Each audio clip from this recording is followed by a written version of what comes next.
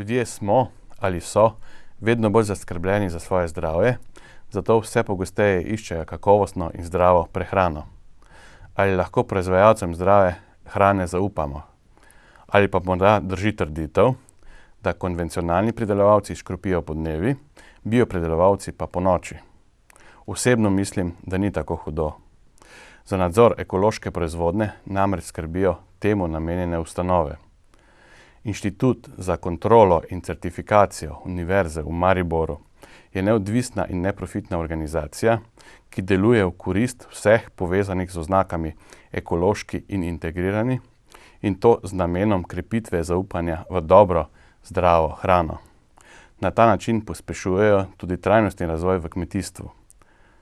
Z mano je kontrolor za ekološko kmetijstvo, gospod Bernard Sadek. Lep pozdrav. Od kod prihajate? Iz mesta ali iz podeželja? Prihajam z podeželja, to je iz Reškega Pohorja, z ene vasice, ki leži nad Zrečami, Bezovje nad Zrečami. In se aktivno ukvarjate s kmetijstvom ali tudi, če ste se v otroštvu ukvarjali? Ja, tudi sam imam kmetijo, nekje 6 hektarov pa pol obdelovalnih površin. Večinoma imam travinje in nekaj zelenjave in te stare sorte sadnega drevja, iz katerih potem pridelujem sok. Od živinoreje imam pa 8 krav dojil in 1 kobilo. Tako da imate tudi živali. Ja.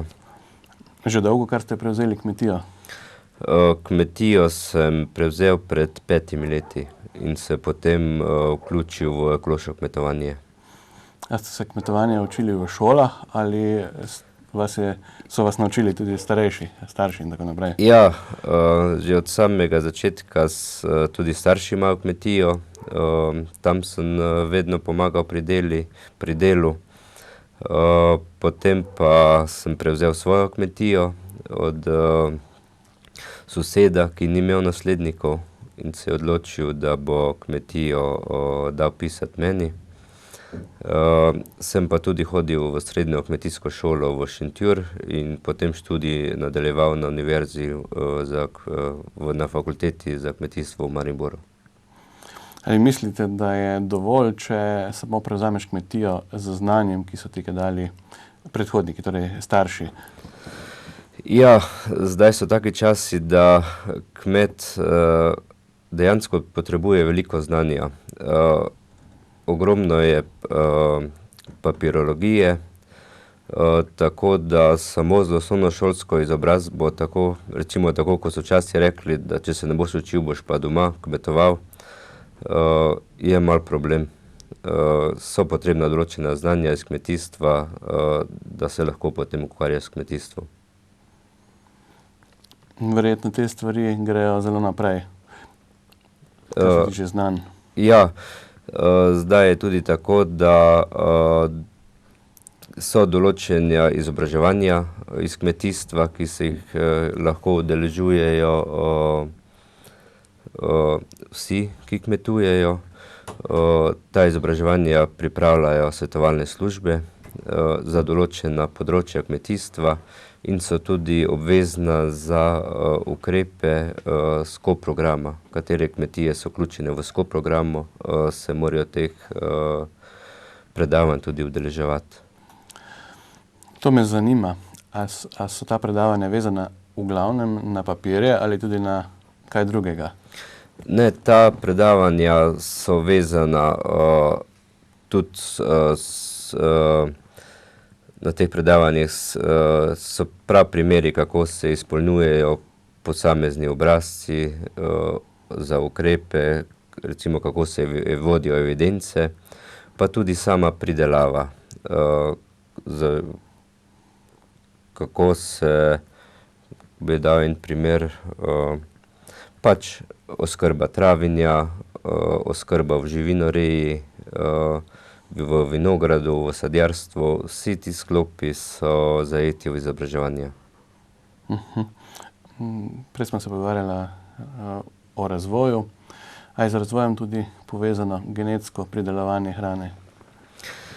Ja, zdaj v Sloveniji so ti ukrepi sonaravno kmetijstvo, ekološko kmetijstvo, integrirana pridelava. V vseh teh ukrepih je prepoved uporabo gensko spremenjenih organizmov in tudi gensko spremenjenega materijala semenskega se ne sme uporabljati. To velja za...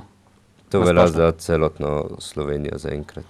Bi lahko razložili pa razjasnili pojme ekološko, integrirano, sonaravna reja, biodinamično kmetijstvo? Sonaravna reja živali, to je ukrep SKOP in KOP programa, ki nalaga samim pridelovalcem, da morajo imeti živalim prijazno rejo. To se pravi, da imajo poleti na voljo pašo in so čez dan na paši. In osnovna prepoved je uporaba gensko spremenjenih organizmov. Vendar tu kontrol praktično ni. Kontrole izvajajo v okviru kontrole subvencijskih vlog. To pa opravijo na nekje 10% kmetijah. Ostale kontrole pa v tem programu ni. Medtem integrirana pridelava. Integrirana pridelava je kontrolirana. Vsak pridelovalec, ki je vključen v integrirano pridelavo, ima enkrat letno kontrolo. Tu se pač preverja, s čem ljudje, kakšna fitofarmacevtska sredstva uporabljajo, kakšne herbicidne pasce imajo in tako naprej. Tu bi poudaril, da pri integrirani pridelavi je seznam škropiv, ki so dovoljeni. Pridelovalci morajo upoštevati prag škodljivosti. Ko je prag škodljivosti presežen, to evidentirajo in potem lahko uporabljajo določene fitofarmacevtska sredstva, da preprečijo večji napad bolezni ali škodljivcev. Medtem ko pa sama ekološka pridelava, to je pa eden od strožjih ukrepov. V tem ukrepu so pa prepovedana vsa lahkotopna mineralna gnojila, kot so KAN, urea, NPK. Potem so prepovedani tudi vsi sistemiki in vsi herbicidi, to se pravi herbicidov se sploh ne sme uporabljati. Škropiva, ta sredstva, ki se pa lahko uporabljajo, so pa narejena na osnovi rastlinskih izvlečkov in na osnovi žvepla, bakra, teh naravnih stvari, sistemi, ki so pa prepovedani. Se potem razlika opazi med integriranim in pa ekološkim kmetijstvom? Ja, dejansko integrirano kmetijstvo je en način konvencionalne pridelave, ne. Tukaj se uporabljajo mineralna gnojila, potem herbicidi se uporabljajo in fitofarmacevtska sredstva. Je pa tudi razlika v tem, da integrirana pridelava je sama kot recimo proizvod kmetijski, se lahko označuje za integrirana pridelava nazivom, medtem ko pa sam pridelek pa te oznake potem ne more več imeti naprej. In če gremo še naprej, biodinamično kmetijstvo je tudi, se zelo omenja. Ja, biodinamično kmetijstvo je en način pridelave ekološkega kmetovanja. To je mednarodno združenje, imajo svoje smernice, ki so strožji od same uredbe Evropske za ekološko kmetovanje.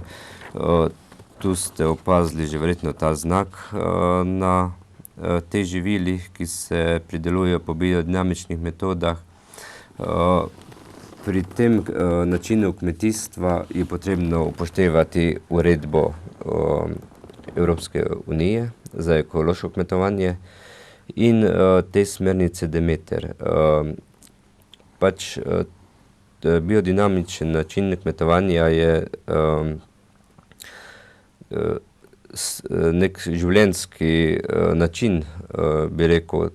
To je v Sloveniji okrog 23 kmetij, ki se s tem ukvarjajo. Ljudje, ki se s tem ukvarjajo, se ravnajo po luni.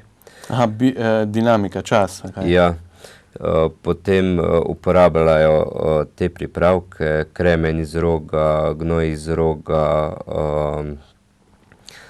potem baldrijan za krepitev rastlin in te pripravke vsi v okviru društev pripravljajo in potem jih morajo uporabljati. Je kar zahteven način kmetovanja, biodinamičen. Kaj mislite, je to že meji na čarovnijo ali je dejansko so učinki?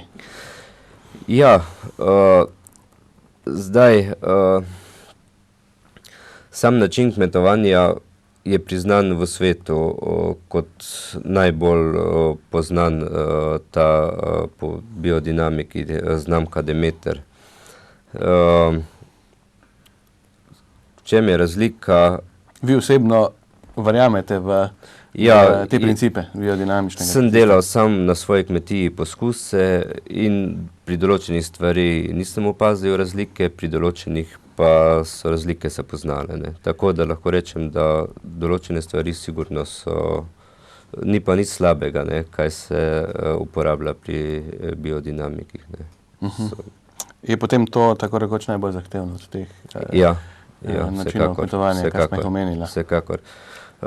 Tudi kontrola se izvede tu v Sloveniji, medtem ko pa na certifikacijo se pa potem pošlje v Nemčijo na sedež društva in se potem certificira v Nemčiji in potem iz Nemčije pošljejo certifikate pridelovalcem, kateri so upravičeni do njih. In katere poljščine pa pridelki, na primer, so lahko podvrženi? Ja, praktično se lahko vsi pridelki, ki se pridelujejo na kmetiji, so tudi lahko pridelani po biodinamični metodi. Torej, lahko nazdravljamo tudi z biodinamičnim vinom? Da, tudi v Sloveniji ga imamo. Aha, imajo to? Ja. Sedaj bi pa se malo dotaknili na inštitucije, v kateri delate. Ja, Inštitut za kontrolo in certifikacijo je bil ustanovljen leta 2005. Kje pa je ta inštitut?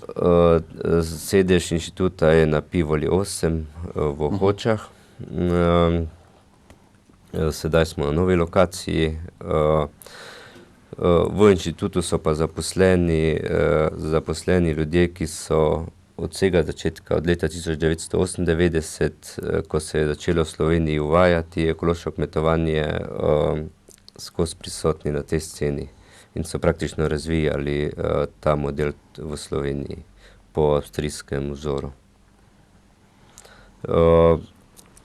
Inštitut opravlja kontrolo po celi Sloveniji. Vi ste krajevno ali vsebinsko prisotni kot uslužbenci inštituta? Jaz sem kot kontrolor opravljam kontrole na terenu. Po vsej Sloveniji? To se pravi po celi Sloveniji. Za to področje ste samo vi ali še kdo drug? Ne, za to področje je pogodbeno zaposlenih več kontrolorjev, ki dajo skozi izobraževanja in so potem presojani strani še inštituta. Ko so dovolj usposobljeni, lahko izvajajo kontrole. Inštitut je pa neodvisna inštitucija, akreditiran pri slovenski akreditaciji. To se pravi, vsi, ki opravljajo kontrole na področju kmetijstva, to se pravi za integrirano pridelavo in ekološko kmetijstvo, morajo biti akreditirani. Imate kak posebni tečaj ali kako osebno izobraževanje ali izpit? Za kontrolorje Ja. so izobraževanja in na to tudi izpit, potem je delo na terenu in potem je presoja. Medtem ko pa slovenska akreditacija pa presoja samo delo nas kot inštitut. Če pač dokazovati moramo, da smo neodvisni, nepristranski in tako naprej. Akreditirani smo pa po standardu SISTEN 45011. To je evropski standard. Ja. Vi upravljate en del kontrole, verjetno vaši kolegi upravljajo druga področja kontrole. Ekološke kmetije so specifične, ne. Tu lahko na eni kmetiji se pojavljajo od poljščin, od vrtnin, od sadja, živinoreje, tako da praktično smo kontrolorji usposabljeni za kontrolo celotne kmetije.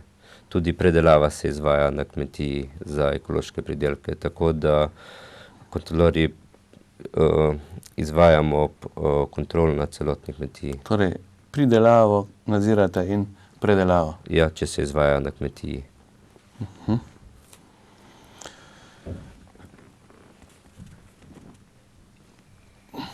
Dosti razmišljamo, ali smo kupili zdravo hrano ali ne. Gremo v določene velike trgovine in včasih je že okus mogoče malo čuden, malo sumljiv. Ali lahko zaupamo vsem tem? To se sam sprašujem, sedaj bi vprašal tudi vam, ki predelujejo in ki so pod nadzorom. Ja, sigurno, zdaj, če bi vas vprašal, komu bolj zaupati, kmetijam, ki niso v kontroli, ali kmetijam, ki imajo vsakoletni nadzor in potem se izkazujejo s certifikatom, ne. Če samo povem, mogoče kako poteka sama kontrola. Kontrola je enkrat na leto obvezna, potem pa nekje 10% kmetij se naključno izbere in se naredi dodatna kontrola. Kontrola na kmetiji se praviloma izvede nenapovedano, tako da pridelovalec ne ve, kdaj se bo prišlo k njemu. To je kontrola pridelave. Ja, kontrola se vrši v času vegetacije, ne. Od takrat, ko so intenzivna dela na naravi, ne. Sam potek kontrole je sledeč. Kontrolor pride na kmetijo, se predstavi, pa pač pove, kako se bo kontrola izvedla. Potem se pregledajo površine, poudarek se da seveda na tistih... Velikost površine. Ja, poudarek se da predvsem tistim poljščinam in proizvodom, ki so namenjeni za trženje. Tam še se posebej pozorno opravi kontrola. Potem se pregledajo hlevi, skladišča, potem se pregledajo zapisniki. Vsak pridelovalec mora v svojem delu voditi zapiske. Kdaj je kaj delal, kakšno seme je uporabil, če je uporabil kakšne pripravke za varstvo rastlin, je treba to imeti pisano. Potem za vsak dokup od semena do škropiva je potreba shranjevati račune in deklaracije, da si to kontrolor v kontroli pregleda. In potem na koncu se naredi zapisnik za celotno kmetijo, ugotovitve. Potem se določijo roki in sankcije, če so kakšne pomanjkljivosti, do kdaj se morajo te pomanjkljivosti odpraviti. In nato ta mapica se vrne v pisarno, kjer tu pri nas običajno koordinator ali pa vodja opravi certifikacijo glede na ugotovitve, potem, če so bili kakšni vzorci vzeti, se počakajo na analize in potem se izda certifikat za izdelke, ki so do certifikata upravičeni.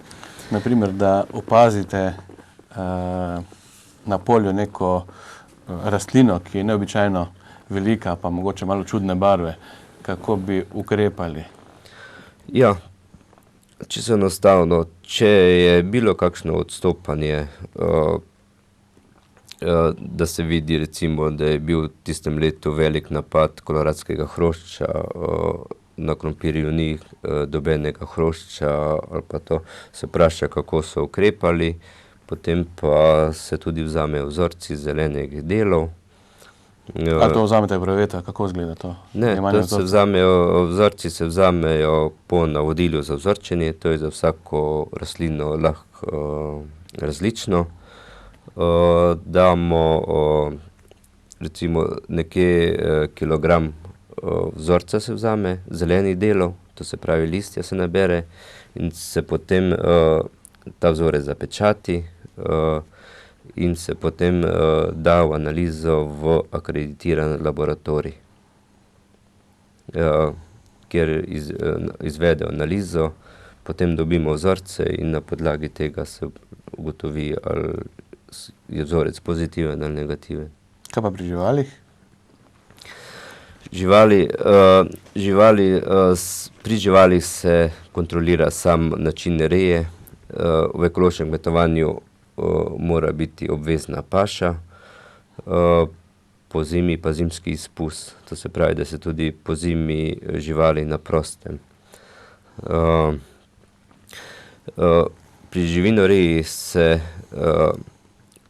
kontrolira od svetlobe v hlevu do velikosti ležišč, do nastilja, pač živalim mora biti prijazna reja. Posebna pozornost se pa nameni krmi. Rastlinojede živali od leta 2000, začetku leta 2009 naprej se ne smejo krmiti več s konvencionalnimi žiti. To se pravi, lahko, če se dokupuje krma, mora biti samo ekološkega izvora. Tu se pogleda v skladišču, kakva vrsta krma je, računi se pregledajo, če sami pridelajo krmo, tudi morajo imeti zapisano, koliko so pridelali in tako naprej. Potem pa na osnovi vsega teh pregledov se potem ugotovi, ali krma ustreza, ali sama reja ustreza. Od leta 2010 je pri živinoreji potrebno preuriti hleve na prosto rejo živalim. Torej, ne samo, da je meso zdravo, ampak da se tudi počutje Predvsem se gre tudi gleda posebno počutje živali, da imajo udobno, da niso samo na rešetkah, da niso nekje otesnjene, pač da imajo prosto gibanje in tudi krma mora biti kvalitetna. A te smernice gredo tudi pri konvencionalnem kmetijstvu, v to smer? Ja, pri novogradnjih že gre v to smer, da je pač naj bi bila prosta reja za živali, tudi pri drugih vrstah živali, ne samo pri govedu, se teži bolj prijazni reji, medtem ko pa recimo za kokoši je sploh pri ekološki pridelavi mora biti talna reja, ne smejo biti v kletkah kokoši. In zdaj ste skontrolirali na kmetiji. Zdaj pa recimo, da greste na stojnice, tam tudi verjetno izvajate kontrolo. Kako je pa tam? Ja, pri samem trženju, to so na tržnicah v Mariboru, v Ljubljani in teh večjih mestih, imajo posebne tržnice, kjer se tržijo samo ta ekološka živila. občasno, pravzaprav večkrat na leto se tudi kontrolirajo same tržnice. Tu se preveri, kako je izdelek označen, če je izdelek dejansko na certifikatu, ker če izdelka na certifikatu ni, se tudi ne sme prodajati kot ekološki. Lahko reče, na primer, na tej strani imam ekološko, tukaj pa nimam. Ne. Če pa pride pa stranka, reče pa, da je vse ekološko. Ne, na ekološki tržnici morajo biti živila samo ekološka. Samo živila, ki so tudi na certifikatu navedena. Zdaj tudi ste že verjetno v trgovinah opazili, da se da kupiti ekološka živila. To so predvsem iz uvoza. To tudi vi kontrolirate? Zdaj tako je. Predelovalni obrati so tudi kontrolirani. S tem pa, če je živilo predpakirano, da se v Sloveniji ne pakira več ali pa prepakira, mora imeti oznake, kdo je nazadnje opravil kontrolo za ekološko predelavo in je to dovolj, ne. Če se pa živilo kupi v večji količini in se v Sloveniji prepakira, pa tudi so podvrženi nadzoru in se morajo prijaviti v kontrolo. Tako da ti znak je praktično garancija, ja. Če živilo kupimo. Prej smo ostala pri teh certifikatih, lahko mogoče malo pokažete pa razložite, kako certifikat izgleda. Ja, certifikat, to imam en primer zraven. Tu je naslov in ime proizvajalca, osnovna dejavnost, potem je našteta skupina pridelkov oziroma izdelkov, recimo poljščine so naštete, za katere se izda certifikat, za zelenjavo, sadje in za živali. Tu je tudi status ali ekološki in tudi veljavnost certifikata. Tu bi poudaril, da vsak izdelek mora spremljati certifikat. To pomeni veljavnost, to pomeni časovno, vsake toliko časa poteče, kako je s tem? Ja, certifikat poteče in potem mora biti opravljena ponovna kontrola in vsako leto se izda nov certifikat. Potem na živilih, na vseh živilih, ki so v prodaji, morajo biti tudi obvezni napisi.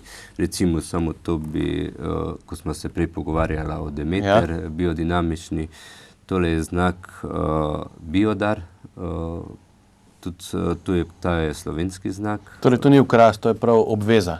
Ne, to ni obveza, to je poljuben znak, ki se lahko da na živilo, če proizvajalec, kmetovalec prideluje po teh standardih za Biodar. To so posebni standardi, kot prej za Demeter je tudi za Biodar so svoji standardi. Ti standardi so strožji kot standardi, kot navadna uredba za ekološko kmetovanje, to se pravi, mora kmetovalec pridelovati po uredbi, potem pa dodatno se še pa kontrolirajo standardi za Biodar. In če so vse te zahteve zagotovljene, potem lahko tudi ta znak Biodar se da na živilo. Potem imam tu s seboj še en obvezen znak, to je znak ekološki, ki ga izdaja Republika Slovenija. Ta znak je obvezen na vseh izdelkih, ki so pridelani v Sloveniji. Na to še je pač znak Evropske unije, ki se lahko doda na živila, ki prihajajo iz držav Evropske unije. Obvezno na vsakem izdelku pa tudi mora biti napisano, kdo kontrolira ta proizvod, to kmetijo. To se pravi, recimo, mi imamo znak SI, pomišljaj IKC, pomišljaj Eko. To je znak naše kontrolne organizacije in če naša kontrolna organizacija tega pridelovalca kontrolira, mora biti ta znak naveden tudi na etiketi. Omenili ste Evropo. Kakšna je razlika ali pa podobnost zakonodaje v Sloveniji in Evropi na tem področju? To se pravi, zakonodaja je popolnoma enaka. Ekološko kmetovanje je praktično edino kmetovanje, kjer je evropska zakonodaja za vse države enaka. To se pravi, uredba EU je za vse države enaka. Znotraj posamezne države si lahko posamezno združenje ali skupnost določi strožja pravila, kot so Biodar ali pa Demeter, in se ravnajo, pač pridelujejo po teh standardih, še dodatnih, drugače pa v celotni Evropski uniji uredba. Potem imamo še v Sloveniji pravilnik o ekološki pridelavi in predelavi ekoloških živil. Ta pravilnik je pa tudi neka razlaga še te evropske zakonodaje, tako da je praktično enaka. Da pomaga tudi pridelovalcem. Če vse poteka v redu, potem verjetno ni nekih težav. Kaj pa, če se stvari grejo narobe? Torej, če nekoga dobite, če ugotovite nepravilnosti na kmetiji, če ugotovite nepravilnosti na tržnici, kakšni so potem te ukrepi? Če se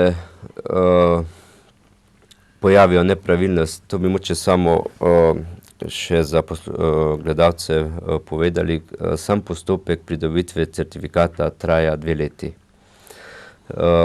Kmetija se mora vključiti v kontrolo, to je neprisilno, sama se odloči, ali bo kmetovala po ekološkem načinu za kmetovanja, odda prijavni obrazec. Torej, če je na primer konvencionalni pridelovalec, nekdo pa želi postati ta ekološki kmetovalec, v tem primeru govorite? Ja, se vključi v kontrolo.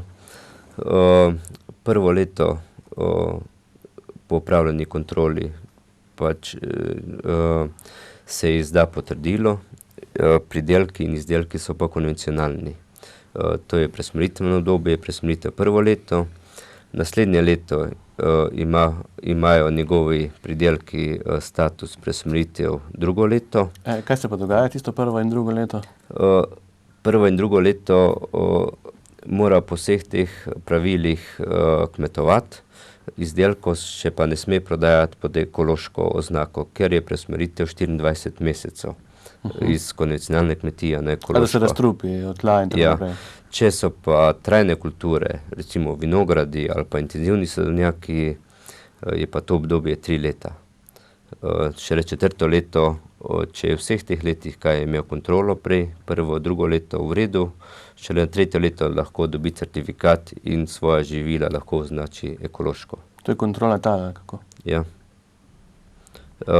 Kontrola tal? Ne. Sama kontrola, ne. Presvoritveno obdobje traja 2 leti. Če v teh 2 letih ni večjih napak ob kontroli na kmetiji, 3. leto kmetija pridobi certifikat.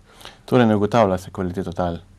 Kvaliteta tal se ugotavlja predvsem tam, kjer je visoka frekvenca vozil, recimo če je kje bližina avtoceste ali druga prometna infrastruktura, kjer je velik promet, velik pretok vozil.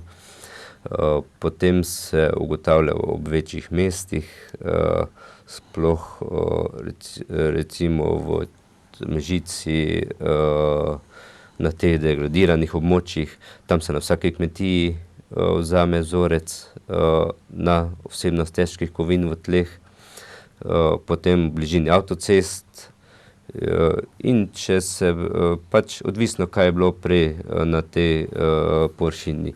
Če je bil prej nek intenziven vinograd ali pa sadovnjak, se tudi odzamejo vzorci na težke kovine. A obstajajo predeli, kjer nikoli ne moreš dobiti potrdilo ali pa dovoljenje za ekokmetovanje? Ja, to je prav primer Mežice in Črne na Koroškem. Tu je vsebnost svinca, kadmija in živega srebra presežena v tleh in na takih kmetijah certifikata ne morejo pridobiti. Lahko dobijo samo potrdilo, da pridelujejo po tem načinu kmetovanja, certifikata za živila pa ne morejo dobiti, da bi lahko svoje pridelke označili ekološko. Zdaj ste pojasnili tisto, kar vmes nismo. Ostala smo pa tam pri nadzoru, če stvari ne grejo v redu. Ja, na sami kmetiji, če se ugotovi nepravilnost, naj omenim, da večje kršitve na kmetijah so, če se uporabi nedovoljeno sredstvo, če je uporaba nedovoljenih gnojil, potem uporaba gensko spremenjenih organizmov, potem, če živali nimajo paše in izpusta, je tudi ena taka večja kršitev. To so take osnovne kršitve, za katerih se potem ne izda certifikat. Kmetija pač zaradi teh hujših kršitev ne more pridobiti certifikat. Lahko je naprej ostane v kontroli, s tem, da je potem spet gre iz presmeritve na novo. Izgubi status ekološki, če je že mogoče bila prej, če je že pridobila status ekološki, je spet presmeritev prvo leto, presmeritev drugo leto in šele tretje leto, če je vse v redu, spet lahko pridobi certifikat. Če pa je certifikat že izdan in se naknadno ugotovi nepravilnost, se pa takoj sproži postopek in se certifikat odvzame. Kako bi na primer ugotovili, da je nekdo škropil ponoči? Ja, to je bolj tako vprašanje ponoči, vprašanje, če kdo škropi že zaradi samega načina tega dela, je treba biti pazljiv in tako. Ampak mislim, da ekološke kmetije ne grešijo prav pogosto. Se zgodi, da se odkrije, da je kdo uporabil nedovoljeno sredstvo na podlagi analize ali pa po samih računih pa te stvari. Pri nabavi. Ja, ampak običajno teh hujših kršitev ni veliko, zato ker vsak kmet se sam pri sebi odloči, ali bo kmetoval po tem načinu kmetovanja ali ne. To ga noben ne sili, se vsak pri sebi odloči in se potem vključi v kontrolo. So pa kar, recimo, pri intenzivnih kulturah se kar pogosto jemljejo vzorci, tako da na 2-3 leta vsaki kmetiji se sigurno vzame vzorec nenapovedano, tako da praktično da bi en šel skozi pa imel na policiji ekoloških pridelkov, ki to niso, skoraj ni, ali pa ni, ne rečem tako. Nekateri pridelovalci tarnajo, da svojih pridelkov ne morejo prodati po višji ceni, glede na to, da so stroški pridelave večji. Kakšna je bodočnost ekološkega kmetovanja? Kako vi vidite bodočnost ekološkega kmetovanja? Ja, zdaj določene kmetije so tržno usmerjene, imajo svoje kupce, že stalne stranke, tistim je lažje, ljudje jih poznajo njihov način kmetovanja, jim zaupajo. Tu v Sloveniji vidim problem, da se predelovalna industrija premalo odloča za kontrolo svojih predelovalnih obratov, da bi potem lahko tržili te ekološke pridelke, ki se pridelajo v Sloveniji. Zato pa tudi vidimo vse več tujih izdelkov na naših policah. kar mislim, da imamo v Sloveniji kar precej, predvsem viškov pri živinoreji, tudi precej mleka je ekološko pridelanega. Ki ne gre v promet. Vendar gre v promet kot konvencionalno mleko in konvencionalno meso v prodajo. In tudi odkup ni višji. Kako to, če so te tržnice, na primer ekološke v Ljubljani, Celju, Mariboru, kar zasedene in hitro prazne? Sam to so pridelki iz njiv, to se pravi poljščine, vrtnine, medtem ko pa samo mleko pa meso, pa vsak ne more doma predelovati. Zato je treba imeti opremo, ki mora ustrezati tem vsem kriterijem, šele potem lahko ti doma predeluješ. Predelovalni obrati, ki pa te stvari imajo urejene, se pa nekako še zaenkrat ne odločijo za to vrsto predelave. Je spet cena tukaj problem? Ja, pa nekateri niti nimajo interesa, da bi pač se šli ekološko predelavo in bili podvrženi temu dodatnemu nadzoru, ne. Kot tudi predelovalni obrat mora biti podvržen nadzoru. Torej v budućnosti vidite, da bo tega več ali pa bolje organizirano? Ali pa... Ja, ko gledamo v Evropski uniji, po drugih državah, vidimo, da ni stvari, ki ni ekološko pridelana. Od začim za juho do pač vse stvari so praktično predelane, zapakirane in so na policah prodajajo. Ta težnja zdrave prehrane, ki se pojavlja, je po vašem mnenju zdravstveno stanje ljudi, ki bolevajo za sodobnimi bolezni, povezano tudi z nezdravo prehrano? Ja, to je sigurno. Recimo, sem pred kratkim bil pri zdravniku, sem peljal hčerko, ta malo, je imela neko alergijo. In je osebni zdravnik rekel, nobene zelenjave in sadja iz trgovine ne sme jesti. To se pravi, da je nekaj na tem, ne. Ja. Ker vedno več je teh afer v zadnjem času, ne. Kakšnih? Da se pojavljajo ostanki pesticidov, fitofarmacevtskih sredstvih v samih živilih na policih, od sadja do zelenjave. Moramo vedeti, da je teh kontrol samih na te ostanke zelo malo narejenih v Sloveniji. Ti pridelki, ki prihajajo na police iz ekoloških kmetij, pa teh ostankov nimajo, ker se niti ne smejo uporabljati že pri sami pridelavi. Tako da jih tudi v končnem proizvodu ni. Mi si tudi prizadevamo, da bi te javne ustanove, vrtci, domi za ostarele, osnovne šole, nek določen procent v prehrani imeli vključen tudi ta ekološko hrano, zdravo hrano iz lokalnega območja. Kakšen je pa odziv države na vaše predloge?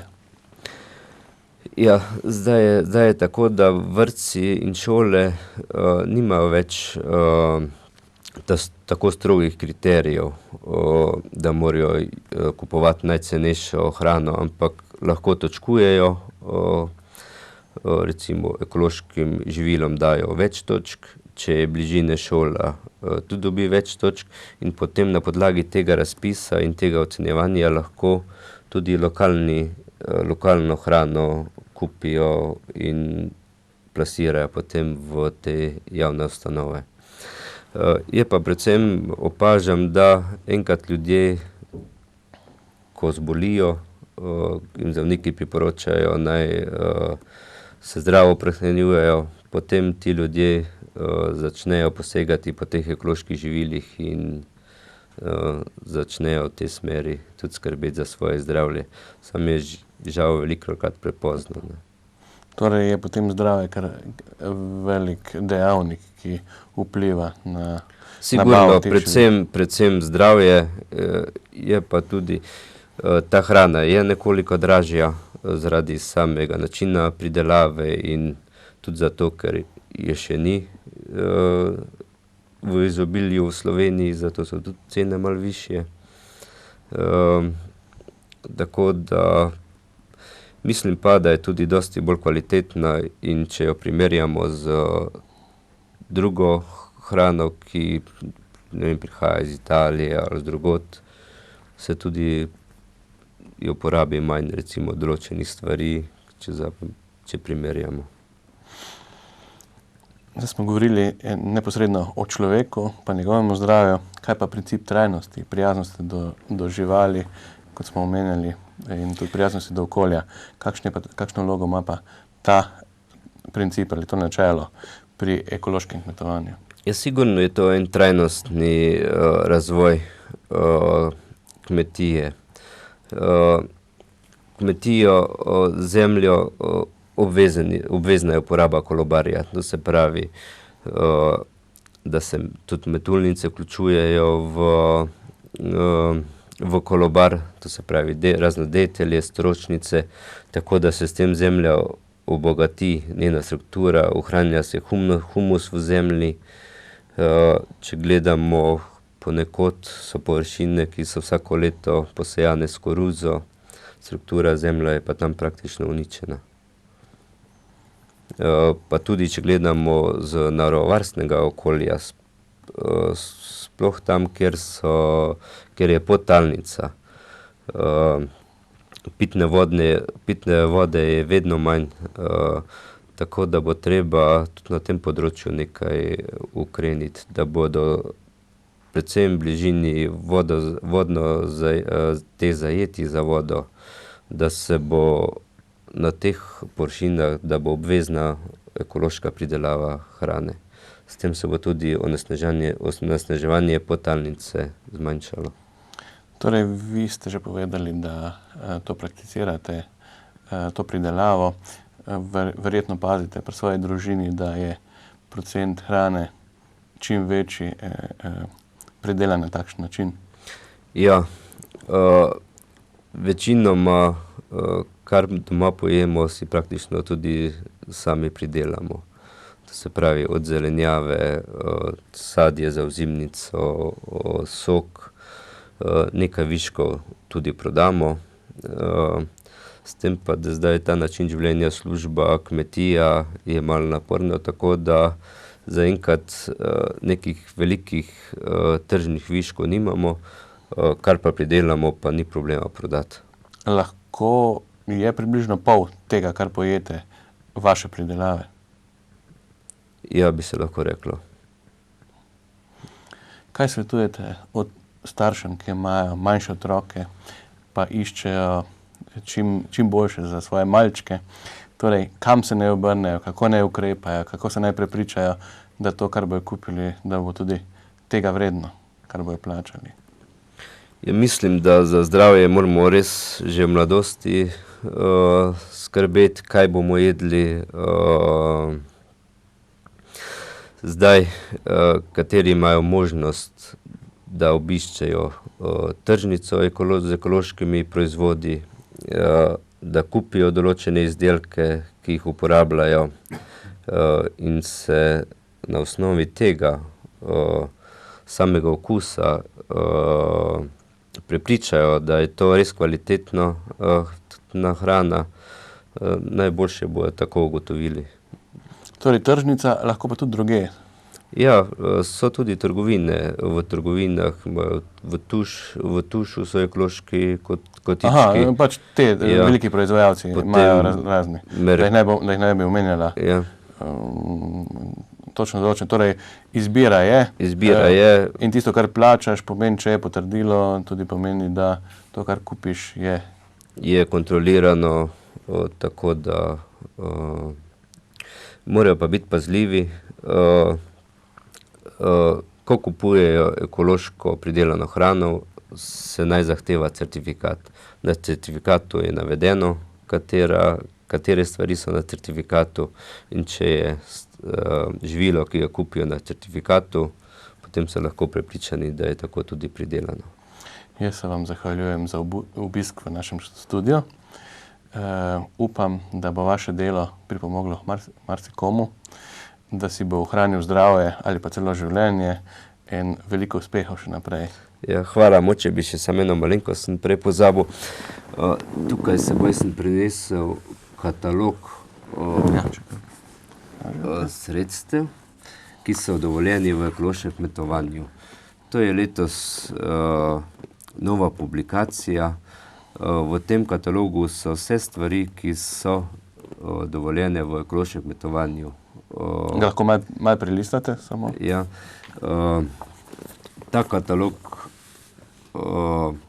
ima priporočila, kako pridelovati, kaj je dovoljeno, katera sredstva iz rastlinskih teh izvlečkov so dovoljena za varstvo rastlin, in bi ga priporočal vsem, ki imajo svoje površine in svoje vrtičke, da si ga moče nabavijo in tako bodo pridelali zdravo hrano za sebe in za družino in brez ostankov.